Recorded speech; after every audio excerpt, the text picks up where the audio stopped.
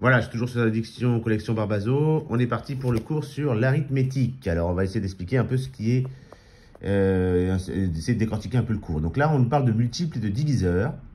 A et B sont deux entiers relatifs. Alors, s'il existe un nombre entier relatif Q tel que A égale B fois Q, on dit que A est un multiple. Oui, donc on peut prendre un exemple très simple. Hein. Pourquoi on dit que, je sais pas moi, 15 est un multiple de 3? Parce que 15, il peut s'écrire 3 fois Q fois quelque chose. En l'occurrence, 3 fois 5. D'accord? Donc dans ce cas-là, on dira que 3 est également un diviseur de 15. Ou que 15 est un multiple de 3. On dira également que 15 est un multiple de 5, puisque c'est dans la table de 5 aussi. D'accord? Oui, donc ça remplace ce qu'on disait dans les petites classes, on disait est dans la table 2. On disait 28 est dans la table de 7, puisque 7 fois 4, 28. Voilà. Donc est dans la table 2, ça veut dire aussi est un multiple de. Voilà. Donc 28 est un multiple de 7. D'accord? Mais pas seulement. Il y en a d'autres. Mais 28, c'est un multiple de 2 aussi. Pourquoi 28, c'est un multiple de 2? Parce que c'est 2 fois quelque chose. C'est 2 fois 14 en l'occurrence. D'accord? Donc on dira également que 14 est un diviseur de 28. 2 aussi. Voilà. Et alors après, il vous définit ce que c'est qu'un nombre pair. Bon, ça tout le monde sait ce que c'est qu'un nombre pair, j'espère en tout cas.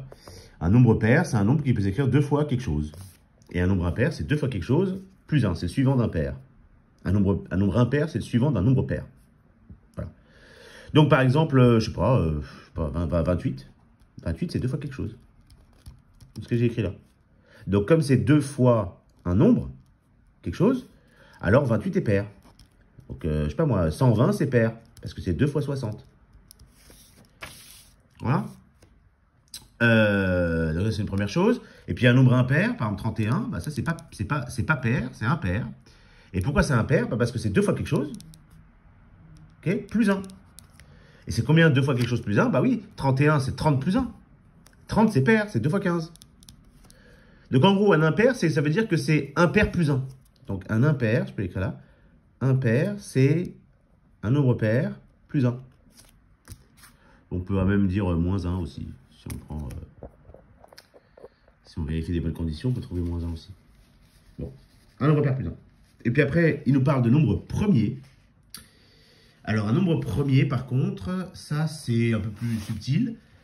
Alors un nombre premier, il est premier s'il admet exactement deux diviseurs positifs distincts, qui sont 1 et lui-même. Voilà. Alors on va essayer de trouver des exemples de nombres premiers, des nombres qui sont uniquement divisibles par 1 et eux-mêmes. Et en fait, c'est plus subtil que ça, ils ont exactement deux diviseurs. Ça veut dire qu'on exclut le 1. Parce que 1, il est divisible uniquement par 1 et par lui-même, qui est 1. Mais dans ce cas-là, il n'a qu'un seul diviseur. Donc 1 n'est pas premier, on l'exclut, il a un seul diviseur. Bon, c'est un cas un peu particulier, 1, mais tous les autres, on va regarder ce qui se passe. 5, 6, 7, 8, 9, 10.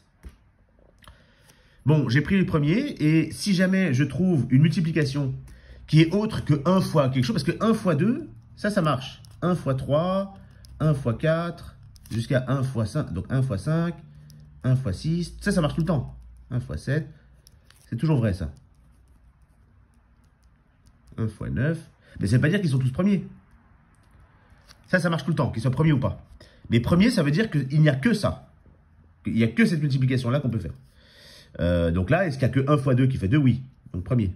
Il n'y a que 1 fois 3? Oui, premier. 1 fois 4? Non, on peut également dire 2 fois 2. Donc lui, il n'est pas premier. D'accord? 1 fois 5? Oui, il n'y a que lui.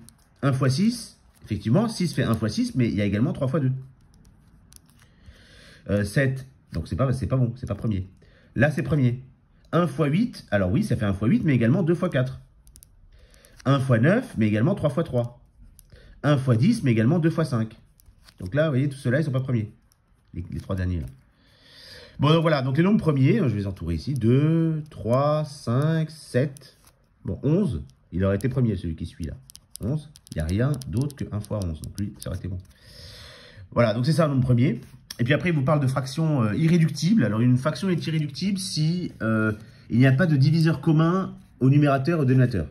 Ils le définissent comme ça, une fraction irréductible, si le seul diviseur commun est 1. C'est-à-dire qu'il n'y en a pas d'autre que 1. On ne peut pas simplifier la fraction. Et, bon, on va se donner un exemple. Hein. On prend un exemple très simple, 15 sur 10. Voilà, 15 sur 10, ça pour le coup, il y a un nombre qui est là, qui est dans la table de 15, et qui est égal, pardon, 15 est dans la table de quelque chose, et 10 est dans la table de ce même quelque chose. Bah oui, parce que 15, je peux l'écrire 3 fois 5, et en bas, je peux écrire 2 fois 5, le 10. Donc, comme je peux l'écrire, il y a une table, qui est la table de 5, qui est commune aux deux, alors dans ce cas-là, la fraction n'est pas réductible. C'est 3 demi sa forme irréductible. C'est la forme irréductible de 15 sur 10.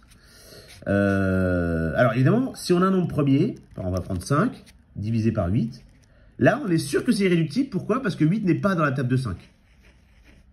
Donc 8 n'est pas dans la table de 5, c'est pas un multiple de 5. Donc on sait que comme 5 est premier, il n'y a que 1 fois 5 qui fait 5. Donc si lui, il n'est pas dans la table de 5, il n'y a aucune chance que ça simplifie. Mais on peut ne pas avoir de nombre premier. Hein. Je choisis un exemple, mais il y en a plein. 9 sur 10. Voilà. 9 sur 10, c'est une fraction. On ne peut pas. Elle est irréductible, celle-là. Il n'y a pas de diviseur qui soit commun. Là, les seuls diviseurs, c'est 1, 9 et 3.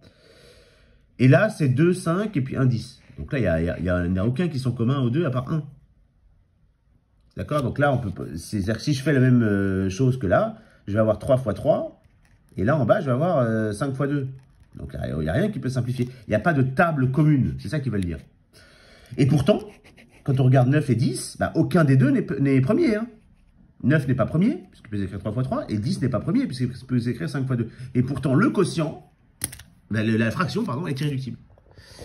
Voilà, donc attention à ces nombres premiers, ces notions de fraction irréductible.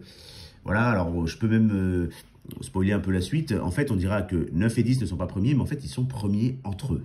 Voilà, entre eux. Ça veut dire que ce n'est pas forcément premier, mais entre eux, oui. C'est-à-dire qu'il n'y a pas la fraction, il n'y a pas de diviseur qui soit commun aux deux. Voilà, à part 1. 1, c'est toujours le cas. Hein. On a toujours on peut toujours trouver... mais ça ne sert à rien, vous voyez ce que je veux dire? Si j'avais fait 9 sur 10, là, j'avais fait 9 fois 1 sur 10 fois 1. Ça, c'est possible. Bon, je raye les 1, mais ça me donne la même chose. Hein. 1, ça ne m'intéresse pas du tout. Ben, donc 1, c'est toujours possible, mais 1, ça ne m'intéresse pas, parce que ça me donne la même fraction. Et moi, je veux simplifier par un autre nombre que 1. C'est ça qui est intéressant. Là, j'ai multiplié par un autre nombre que 1. C'est pour ça que j'obtiens une fraction qui est différente. Voilà, j'espère que je vous ai un peu éclairé sur cette histoire d'arithmétique. Bon, c'est une chose de collège que vous connaissez. Le cours n'est pas très très compliqué en arithmétique, mais les exercices peuvent être bien corsés. Donc voilà, on verra ça plus tard. Voilà.